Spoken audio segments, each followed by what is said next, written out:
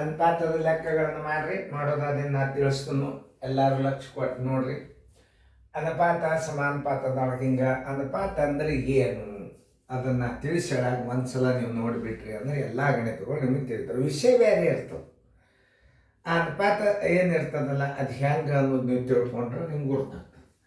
ಒಂದು ಆಟದ ಮೈದಾನದ ಉದ್ದ ಅಗಲಗಳ ಅನುಪಾತ, ಉದ್ದ ಮತ್ತು ಅಗಲಗಳ ಅನುಪಾತ 5:2 ಆಗಿದೆ. ಅಗಲವು 40 ಮೀಟರ್ ಆದರೆ ಉದ್ದವನ್ನು ಕಂಡುಹಿಡಿಯಿರಿ ಅಂತ ಹೇಳ್ಯಾರ. ಇಲ್ಲೇ 5 ಸರ್ ಉದ್ದಿತ್ತು ಅಂದ್ರೆ 2 ಅಗಲ ಇರ್ತದೆ. ಏನು 5 ಉದ್ದಿತ್ತು ಅಂದ್ರೆ 2 ಅಗಲ ಇರ್ತದೆ. 2 ಅಗಲ ಇತ್ತಂದ್ರೆ 5 ಉದ್ದ ಇರ್ತದೆ. ನೀವು 5 ಹಚ್ಕೋಬೇಕು 2 ಹಚ್ಕೋಬೇಕು ಅನ್ನೋದು ನೀವು ತಿಳ್ಕೊಬೇಕು. ಈಗ ಅದನ್ನ ಹೆಂಗೆ ಹಚ್ಚೋದು ನಾ ತೋರಿಸ್ತೀನಿ.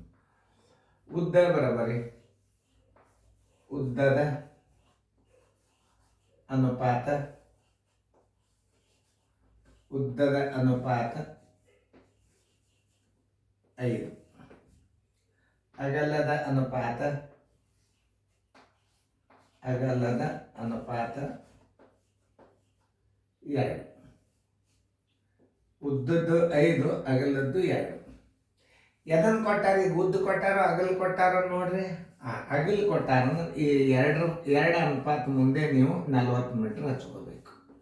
ಯಾಕೆ? ಅವ್ನು ಕೊಟ್ಟದ್ದೇನು? ಅಗಲ ಕೊಟ್ಟಾನವ. 2 ಮೀಟರ್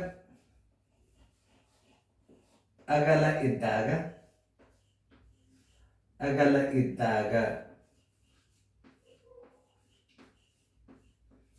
5 ಮೀಟರ್ ಉದ್ದ, 5 ಮೀಟರ್ ಉದ್ದ ನೋಡ್ರಿ. ನಾ ಹೆಂಗೆ ಹಚ್ಕೊಂಡ? 40 ಮೀಟರ್ ಅಗಲ ಇದ್ದಾಗ ಉದ್ದ ಬರೋಬ್ಬರಿ ಎಷ್ಟು? 40 ಗುಂಡ್ಲೆ 5 ಸರಾಸರಿ 2. 2 ಒಂದಲೇ 2 20, 25 100 ಮೀಟರ್. ಆನ್ಸರ್ ಉದ್ದ ಬರೋಬರಿ ಎಷ್ಟು? 100 ಮೀಟರ್. ಇಷ್ಟೇ. ಏನು ದೊಡ್ಡ ಬಿರಿ ಲೆಕ್ಕ ಅಲ್ಲ. ಅನುಪಾತದ ಲೆಕ್ಕ ಏನು ಬಿರಿಯಲ್ಲ. ತಿಳ್ಕೊಂಡ್ರ ಎಷ್ಟು ನೋಡ್ರಿ, ಚೆನ್ನಾಗಿ ಬಿಡಿಸ್ಕೊಳ್ರಿ.